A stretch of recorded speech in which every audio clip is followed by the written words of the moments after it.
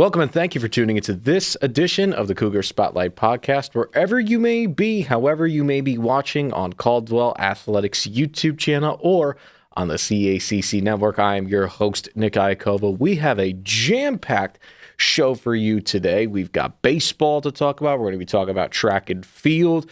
We got Brandon Scalisi, who just won Pitcher of the Week. He'll be in studio shortly. We also have Tiana Cipot, a superstar for Caldwell's women's lacrosse, and as requested, we will be giving my answers to your fan-asked questions. But let's start off with baseball. So Caldwell Athletics baseball program has been an absolute rock and roll show at the early point of the season. They are 6-2 as we are currently recording today. They just had Scalisi, as I mentioned before. He won Pitcher of the Week for his performance against the College of Staten Island in a 6-0 shutout of the Staten Island Dolphins. And he won the award on March 10th. Currently, as it stands, they have 3 games already with 10-plus runs, scoring 11 against Queens on March 6th, and then 13-11 against the College of Staten Island on March 7th and March 8th. So that's 3 consecutive days of scoring 10-plus runs. Currently now also, they have 9 players batting over 300. 2 of them are in the 400s, and all 9 players batting over 300 are currently ranked within the top 50 in the CACC in batting average. Coach Nick Luciano deserves all the credit in the world for, there's this thing in sports, it's called maximizing your roster, maximizing the amount of talent that you get out of your roster. Great example of this, to use sort of a professional analogy, is the New York Knicks. Coach Tom Thibodeau maximizes the amount of talent he gets out of his players. Every player plays 40-something odd minutes, giving it their all. Nick Luciano is doing the same thing with baseball. They have had a lot of talent on this roster. I can tell you firsthand from calling many of their games, they've had talent on this roster. But when you go back and you look at this roster from how they were from last year to now, it is night and day with how they're performing. The energy on this team, that was one of the first things I wrote down on my note sheet when I was getting ready to discuss baseball, was energy. They have just an extra pep in their step that you didn't see last year. And that's not to discredit the team from last year. They were great in their own right. But it's just a completely different feeling. It's a completely different feeling. And it all starts on the mound with their 2 main aces, Brandon Scalisi and John Regas, both seniors. Scalisi with a 2.13 ERA and Regas with a 2.0 ERA. Regas currently sits 3rd and Scalisi 5th in the conference in ERA. Those are 2 top 5 performers. That alone should tell you right there that this is a team that's no slouch defensively. But what's even better, as I mentioned earlier, is the offensive output. Again, 3 games with 10-plus runs. They've only had 1 game so far this season where they've scored under 5 runs. That alone should tell you that they should fear this team. But it gets better. Look at the lineup. Look up and down this lineup. You got their 9th player on the lineup, their 9th batter on this lineup, who's sending rockets for home runs. You got major hitters all over the place. You got a couple transfers that came in. They've been studs to go along with your classic Sean Brown, Steven Young Jr., Lombardi. You got these major players that were there before, and now they've been almost rejuvenized by Coach Luciano. He has completely revitalized this team. They play fast. They play hard. They're physical, they get after you, but most importantly, and I think this is the biggest point to make about baseball, baseball has always been a sport that I love, but it's plodding. It takes a while. They have brought fun to baseball. And a good point to make is that when I went and looked this up, and I found this out, their entire infield throughout the course of not just their high school, but their collegiate careers, from transfers and coming into college, everybody on the infield outside of first baseman Liam James, everybody on that infield has played shortstop. They are terrific defensively, terrific on the infield. I barely see, and I've called multiple games so far this season, I have barely seen a ball slip past this infield. They're fast, they're twitchy, they got big hitters up and down the lineup. And again, I think a credit has to be made to how much fun this roster is. Again, Coach Luciano, been in the program for a couple of years. Players know and players understand where he's been at and the structure that he has always wanted to maintain this roster at. They got it now. And I think Caldwell baseball, again, 6-2 as it currently stands. They open up CACC play next Tuesday. There is a lot on the table for this team. There is a lot on the table. I would be shocked if baseball does not come out with a successful season. Talking to some of the players before and after games, they tell you there's a feeling in the audience and there's a feeling in that dugout that we could go far. And I truly do believe they can go far. They got leadership, they got toughness, they got physicality, they could beat you in a shootout, they could beat you in a dogfight on the mound and just beat you with pitching matchups. The biggest key, obviously, is going to be their health. How healthy they're going to be. Prayers up that they don't get any major injuries. But I do think when you sit back and you look at that roster, you look at how well everybody's playing, it's hard not to deny that baseball is easily within the conversation to win the conference. And I would have them being the odds-on favorite. Cougar Spotlight Podcast will be back shortly. Brandon Scalisi will be joining us in just a few short moments as we get set to have a sit-down interview with the pitcher of the week for the CACC. After that, we'll be talking about track and field, and then we'll have an interview with Tiana Cipot from women's lacrosse. Don't go anywhere, folks.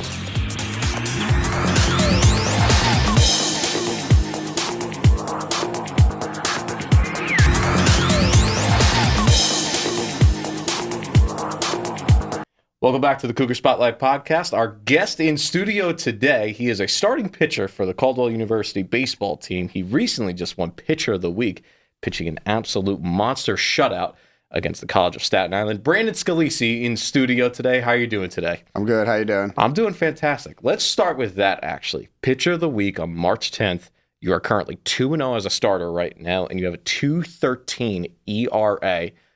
When considering how well you did last season, and we'll get to the last year in just a moment, where do you feel like you currently are feeling for yourself right now in 2025? Again, like you just said, last year was a really well season for me. So I'm just trying to pick off that, trying to be better, trying to execute more, just trying to be who I am on the mound, not really let outside factors, graduating and stuff control me. Last year control me. So again, I'm just trying to have a fun last ride. Just try to do my best to maintain what I can do with myself on the mound. I think the biggest story coming into 2025 for baseball was the change at the head role with Nick Luciano stepping up now, becoming the new head coach.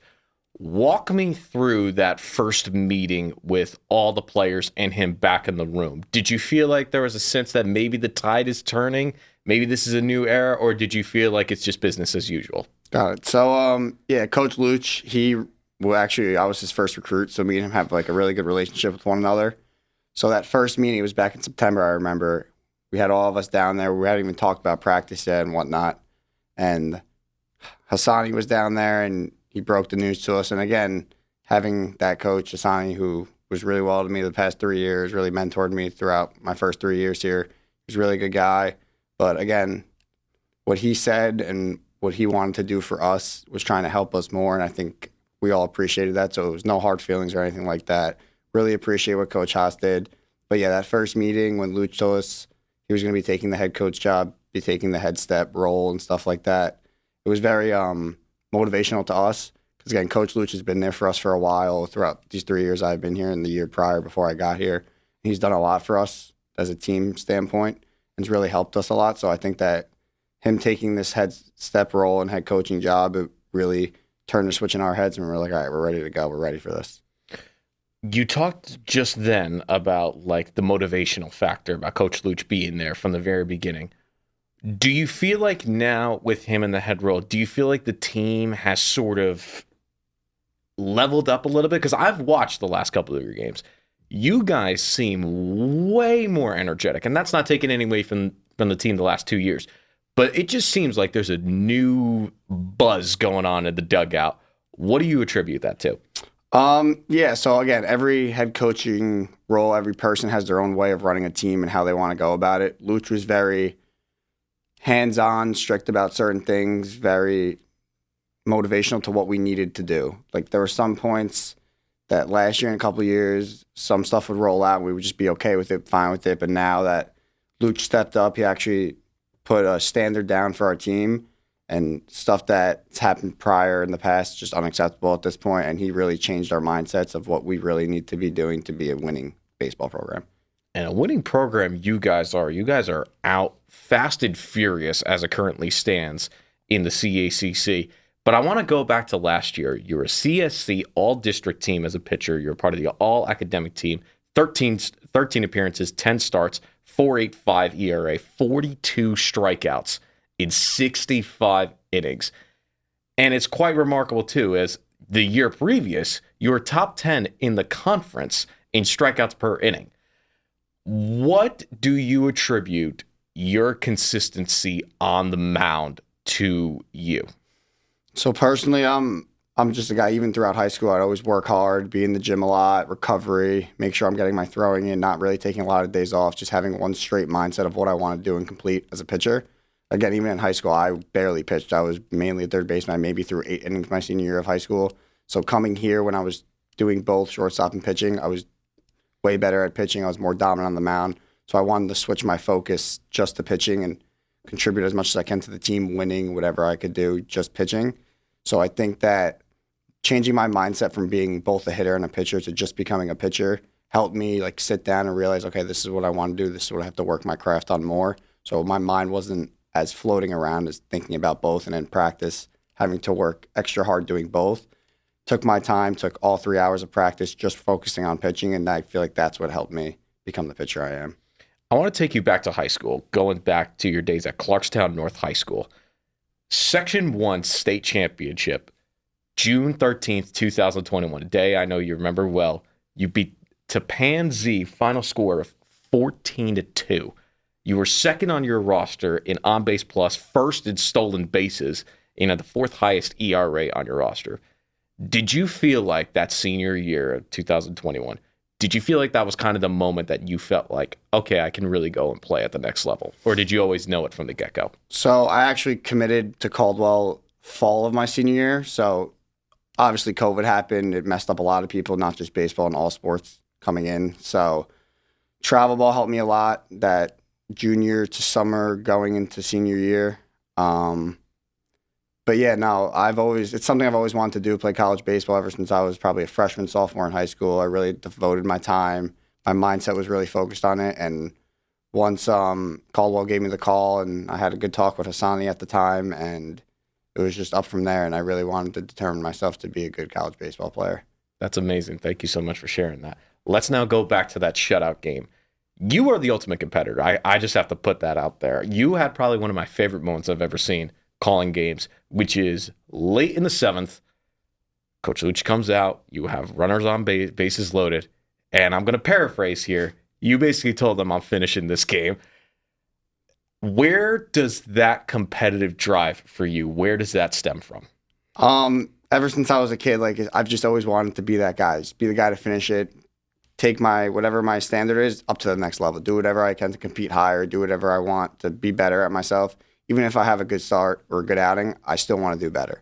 So even that shutout and stuff, I look at myself, I'm like, okay, I had a shutout, but I still walked a couple guys, did this, did that. Stuff happened that I want to eliminate just so I can get through more innings quicker and efficient my pitches. But yeah, so I'll go back to that. Luch actually came out to me and he tried pulling me from the game. And I was like, I'm finishing this game. And he even said, he was like, I want you to finish, but your pitch count's too high. And I was like, I'm finishing the game. Just kept saying it. And he was like, you have 3 pitches to work with. Went back to the dugout. That first pitch was just a ground ball right back to me. And I looked at him and I gave him the number 1 sign. And I was like, that's all I needed. That's unbelievable. That is incredible. And what's also incredible is really your leadership, both on and off the diamond.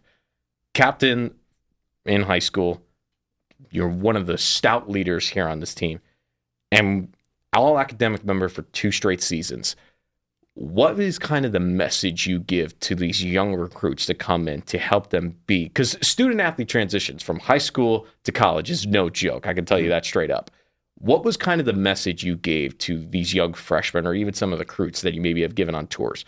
What is kind of the advice you've given them to make that transition between to balance the classroom and the on-field play? What was that message? So, yeah, we have kids from all over the country, basically kids from Florida, kids from New York, where I'm from, Jersey, South Jersey, wherever it is. And coming from, whether it's a high school from Florida, New York, a JUCO, whatever it is, things are different. School's different, education's different, whatever it is. So just trying to explain to them that, listen, college, in my opinion, it's very similar to high school. There's nothing to really be stressed about. I get it. You're away from home. You're away from your family. It's a whole different mindset and living environment. But just, again, this is a game everyone's probably played on this team since they were 4 or 5 years old. You know what to do. You know that you're good enough to be here. Don't try to stress it too much. I understand there's going to be some times where you're going to have problems, whatever, in school, tests, whatever come up. Just try to flush it. Do whatever you need to do to motivate yourself and just clear your mind. And now let's end off with this. Obviously, season's underway. You just got done wrapping up a game against East Stroudsburg. Got another series coming up on the weekend. What is the personal expectation for you, not just as a pitcher, but as a man, for this final season of you playing collegiate baseball? What do you hope to get out of this final year? I mean, I think everyone's end game in a conference or baseball setting is to win a conference tournament. So, I mean, obviously that's what we're aiming for, we're striding for. We're setting our standard at making that Final Four, making that weekend series at Wilmington, finishing on a high note, hopefully, but we really want to get to that weekend series, have a good time. I mean, again, we've all been playing this game since we were 5, 6 years old maybe, and we know what we're capable of doing. 1 through 35 on our roster, we know that we're all here for a reason. We all know we have to contribute a certain way, whether it's picking up guys, warming up pitchers, going in the field when you're called, when your name's called, whatever it is. Just make sure you're staying loose and know you're content with yourself and know that you can go out there and perform and help us win that conference championship.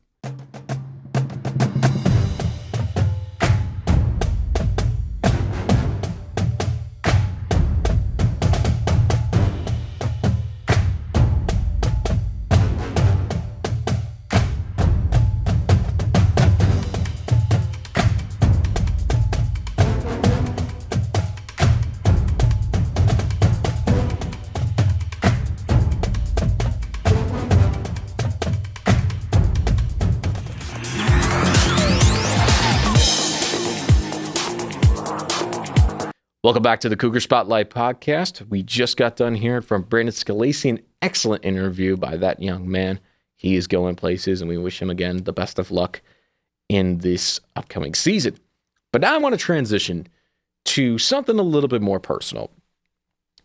Now, I've mentioned a couple times in some of my interviews, I'm a track and field runner, so obviously track and field is a little bit biased for me as a topic. But when we got in our production meeting and we found out that track and field was going to be a main segment, I got giddy from ear to ear because I've been wanting to talk about this roster.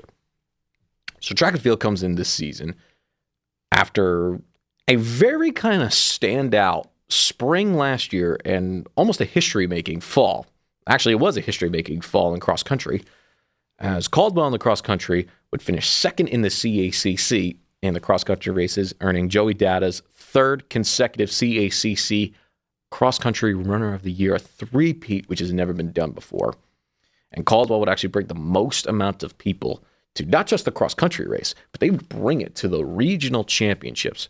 For the first time in program history, they brought a full squad to the regional race, and Data would actually advance on to the Division II Nationals, where he would compete in Sacramento, California. But that was on the cross-country side. What about the track and field side? Well, Caldwell just came off of an amazing season where we had, let me check my notes here. Yep, 26. I counted that this morning and recounted and I recounted again before we came on the air. 26 athletes competed in the CACC championships. Data would finish first in the 5K and 10K meter runs. That's 5,000, 10,000 meters. And Caldwell would have 21. So of the 26 athletes that competed, 21 finished in top 10 in the CACC championships. And I know you may be thinking that there's some relay teams, and I do acknowledge that. But even if you include that, 21 finishes in the CACC championships. And Coach Kyle Price has been hard at work. This, and I've talked to him before, he said, this is not a rebuild. This is a reload. They have reloaded their roster. Lost a good amount of seniors the last couple of years. They have reloaded with an almost 20-plus person freshman class. That is outstanding. And they got some heavy hitters on that freshman class, spearheaded by Nick Montiel, Luke Molyneux, Hannah Jules, Gabrielle Santiago. There are just runners all over the place from this freshman class to go along with an outstanding senior core led by Joey Data, Alfredo Dior, Pharrell Mensah, Eliana McNamee, and KJ Gordon.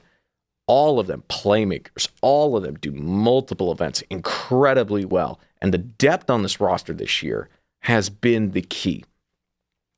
I've said before, and I've told this to not just the coaches, but I've said this to some media personnel as well.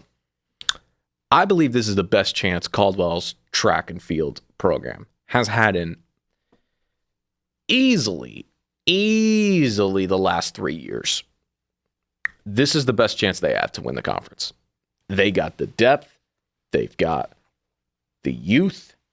They've got a lot of people with something to prove. There's some big step-up years coming in from not just the juniors, but some of the sophomores as well. Diana Grau had a standout freshman year. She's probably going to be excellent. Chania Shop, you heard her name a bunch last year. She's going to be terrific. Bryson Button, a name that you might not have heard a lot. Trust me, you will hear that young man's name a lot. He is going to be terrific. Kevin Campen as well on the throws, taking the reins, coming from an excellent throws program. It's been held down the last couple of years. He's now the lead man in the throws. Excited to see what he's going to do. This is a team that is going to make headlines. They've got stars all over the place. Obviously, injuries, especially in this sport, play a huge factor into teams' projected winnings. But I've been around this team for a long time. There is a buzz about them that has not been here in quite some time. The seniors, they feel like they have something to prove. The freshmen, they want to make an impact. The underclassmen, the sophomores and juniors, they want to leave an impact immediately. And Coach Kyle Price and Coach Nick Serpico, they have got the roster ready to go. They're confident. They're explosive. They're dynamic. We haven't even mentioned some of the other people like Marquise Gilliard, Zayden Simmons, and fantastic sprinters. We haven't even mentioned jumps. There's a lot of great people on jumps. Jalen Hynett is going to be an outstanding superstar. Ethan Edwards. I mean, the list goes on the men's roster, and it's the same thing on the women's roster. The women's roster got a bunch of people. Isabella Pollock is coming back after a top 10 finish in the 400. She's back and looking better than ever. Shamika Carey is going to be an outstanding superstar on the women's roster as well. There is depth all over the place on the men's and women's teams. I'm excited to see what Caldwell's track and field team does. They open up the season March 22nd at St. Peter's. There's a relay meet coming up.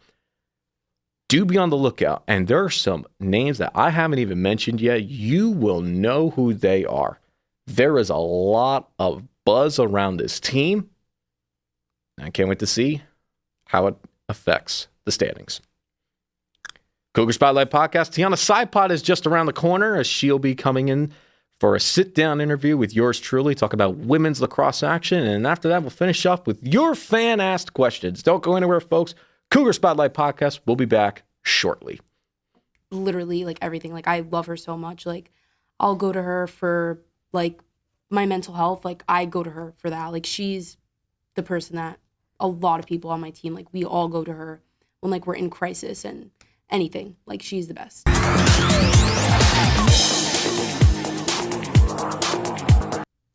Welcome back to the Cougar Spotlight Podcast. My guest in studio today, she is the leader on our women's lacrosse team last season, finishing with the Offensive Rookie of the Year, finishing top 3 on her team in goals, finishing with 31 points. Tiana Cipot in studio today. How are you doing today? I'm doing great. How are you? I'm doing fantastic. Thank you so much for being here. So let's start with that, actually.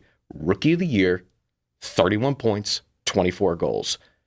In just sum up, what was that first year like for you last year?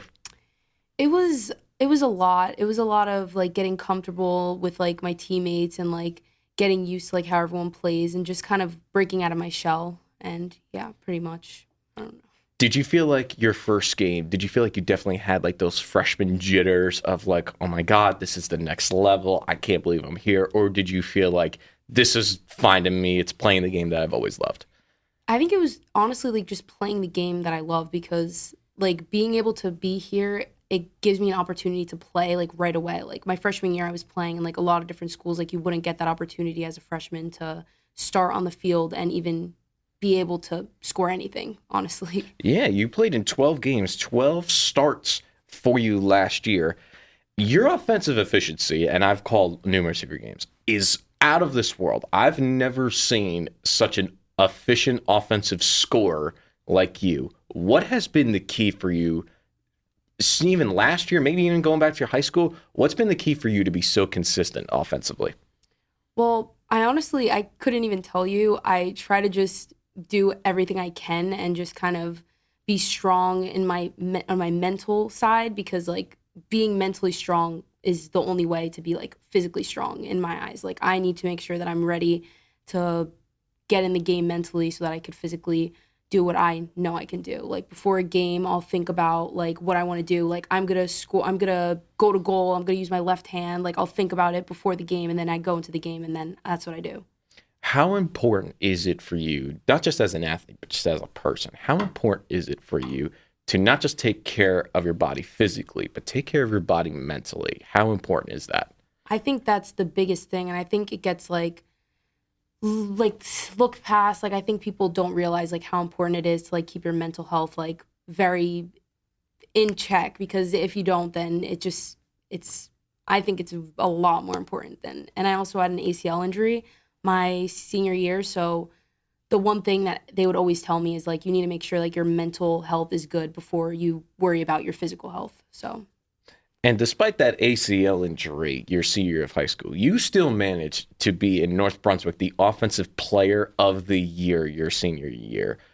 What was kind of the moment in high school that it clicked in for you that, you know what, playing lacrosse at the next level is actually a legitimate possibility? When was that moment? Honestly, since I stepped foot like on the lacrosse field, like I wanted to play like farther than just in high school and farther than just middle school. Like I wanted to play like longer. Like I just love it so much that like I think in my freshman year, like that's when I wanted to be the best. So I want to transition to this. I find in athletes, leadership comes the best when you're in moments of crisis. For you, you're a young lady, you're a sophomore here. Who, when crisis arises, who do you find is the person that you lean on the most to help guide you through it? Honestly, my coach. I talk to my coach like about literally like everything. Like I love her so much. Like I'll go to her for like my mental health. Like I go to her for that. Like she's the person that a lot of people on my team, like we all go to her when like we're in crisis and anything. Like she's the best. So. And you just touched on that, your relationship with Coach Picosi. What was that first conversation like with you before your first game? What was kind of the talking points going through of like where you see yourself going with this program? Well, she's been wanting to build and she's been building it. Like everyone could see, like it's been getting so much better. But the first conversation I had with her, I actually cried. So I'm not gonna lie, I did because I was just so like frustrated and she calmed me down and then I like did what I had to do and she told me I used to go to her office every day and I used to like be like I need like help, like I don't know what I'm doing, and she would guide me in the right direction, and that's how I have been going since I've been here. You've been saying it a lot and it's sort of dawned in on me. You're the ultimate competitor. Your competitiveness comes out not just on the field, but off the field. Where did that stem from for you in your personal life? Well, my family is very, very, very competitive, and I'm like the first like girl to like make it to like the next level. So like I think that like they are expecting me to like do so much. So like I have to do as much as I can to like be the best. And they've always just like, my uncles are crazy about sports. Like they're like athletes, very much athletes. Like it just, I have to be like the best. And now I want to move on to this year. So far, it's been a season. It has been. But you guys are playing extremely, extremely well. And there is a lot of talent on that roster. And I would say you are at the forefront of it. What does it mean for you personally when you look back on your first year and you go into now? What's sort of been the big transitions you've made from last year to now to make you the player that you are? Honestly, being able to have more players that we can, that everyone could use is the biggest thing. Like, I don't feel like I need to do things I did last year. Like for example, like Jess, like Gloria, like we have like freshmen like coming up that are amazing. Like it's so awesome to just have them there. Like we have Megan, we have so many options on our attacking end that like we did not have last year. So it's just really great. That's unbelievable. And I'm going to leave off with this. You are very young, obviously, into your career here. I'm not sure if you've thought about this yet, but maybe this is a question that I think we pose this to a lot of athletes. What do you hope the legacy you leave behind in 2 years' time when you finally hang the jersey up, you put on the cap and gown, and you walk down the aisle for graduation? What do you hope the legacy you leave behind for yourself, not just as a player, but as a person? What are you hoping to leave behind in the world? Just that I was on a team that started from the bottom and came up, I guess. Like, just like being able to be on a growing team, I think. Like, that legacy. Not even just myself. Like, I want to be a part of the bigger picture in a way.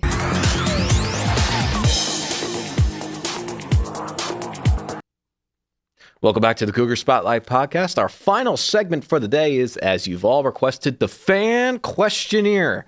We ask student athletes around Caldwell University to submit their favorite questions to be asked and read on the air and to be answered by yours truly. They can be athletic-based. They can be non-athletic-based. This is our second edition of it. Let's see how we can top the first time. So our first question for the day is, what's your Wawa order? Now, I'm a quick check guy myself. I'm not really a big Wawa guy. I will say this, though. If I am going to Wawa, Wawa's hoagies are unbeaten. I will say that flat out. I think a good Wawa hoagie can never really be topped. I love a good hoagie every now and then.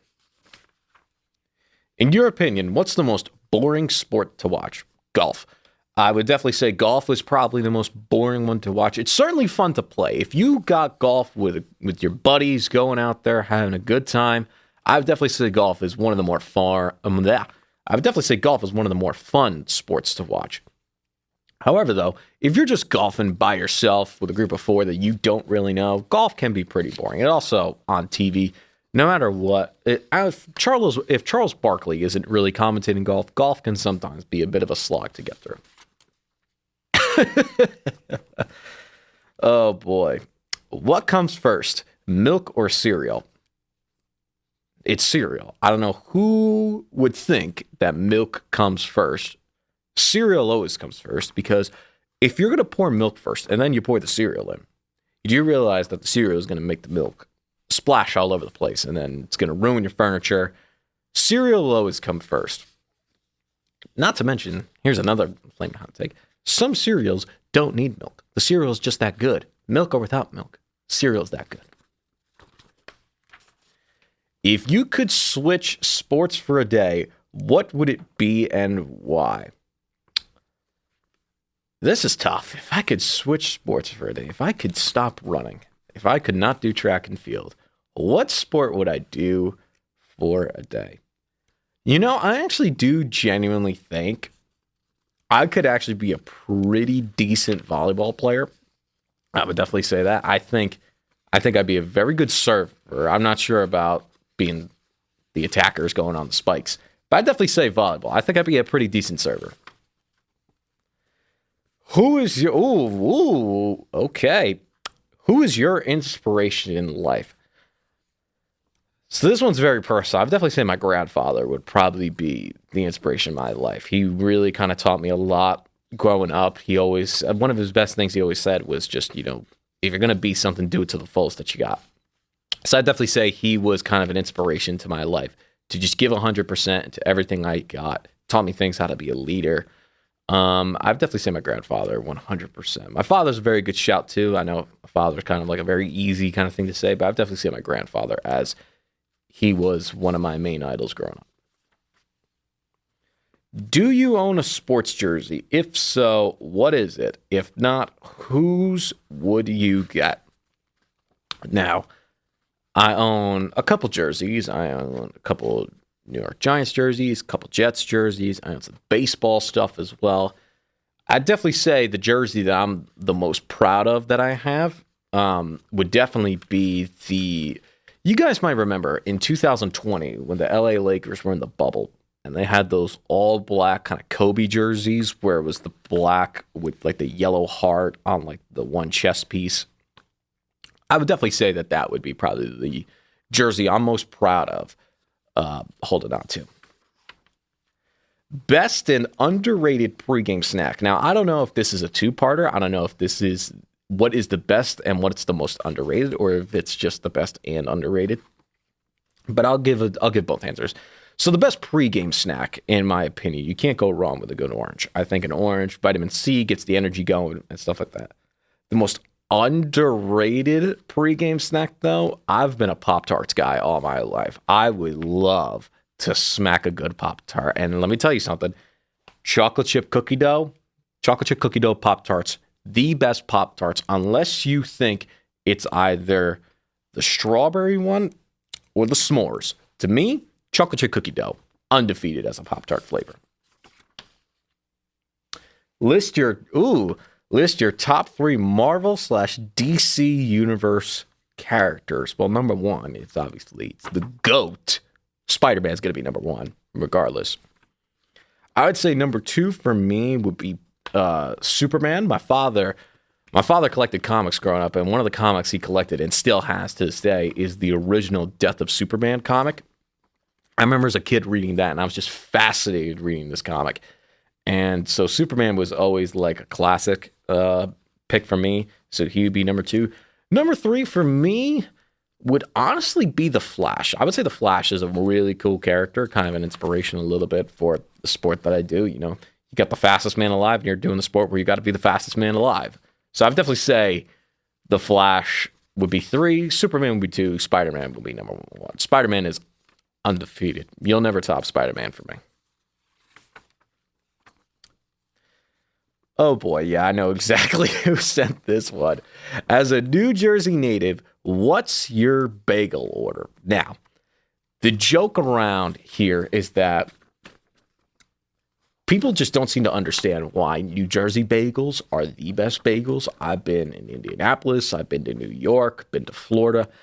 There's no bagel like a New Jersey bagel. There just isn't. Even if you get the same order somewhere else, it just isn't the same. There's something about Jersey bagels that's the best. For me, this is another hot take. It is Taylor ham. Do not comment that it's pork roll. It's Taylor ham. Taylor ham, egg, and cheese on a bagel. It's undefeated. Close second. Depending on where I'm getting bagels. If I'm in a pinch, bacon, egg, and cheese is always undefeated. Bacon, egg, and cheese is always fantastic. It works everywhere. But for me, though, if I'm sitting down and I'm saying, if I want a Taylor ham and egg and cheese, I could have that for dinner. I legitimately could. Breakfast, lunch, dinner. Taylor ham, egg, and cheese. Undefeated as a bagel. Do you have any pre-meat rituals or superstitions? This is the final question for the day, so we'll end off on this. Before meats, I genuinely do like to kind of be by myself. I like to pop in an AirPod or two and listen to some music. Excuse me. Before meets, I do like to pop in an AirPod or two, listen to some music, kind of get the mind going right. I also like to do like a little bit of a silent prayer. One thing that I used to do, a good buddy of mine before we kind of went our separate ways, and he went off to college and I went off to where I was at, we used to do this in football, and I still do it to this day, which is after like we would get done with our race, we'd run down from one end zone to another, and we'd do a prayer in each end zone. So that's something I really like to do because most often times when we were doing the tracks, they're typically around like a football field or like a turf field or something like that. So I do like, after I get off the bus, go down, say a prayer, give thanks to God for being part of this race today. Hopefully no injuries, obviously. And then after that, I like to throw in some music, and I kind of like to just be on my own, kind of just zone out a little bit and just be in me and my little Zen world that I've got. So that I would say would be my pre-meet ritual. And that does it. Those are some very great questions. Great job, Caldwell University. And that concludes a fantastic, jam-packed episode of the Cougar Spotlight Podcast. Thank you all so much for tuning in. Special thanks on behalf of Caldwell Athletics and Communication and Media Studies. Thank you all so much for watching. Be sure to follow Caldwell Athletics on all of their social media pages on Instagram, Facebook, X, and on their YouTube, and as well to follow Caldwell on the CACC network so you never miss another episode. And on those social media pages, make sure you follow so you never miss an update on when shows are being released. I am Nick Icovo. Thank you all so much for tuning in to the Cougar Spotlight Podcast, and take care.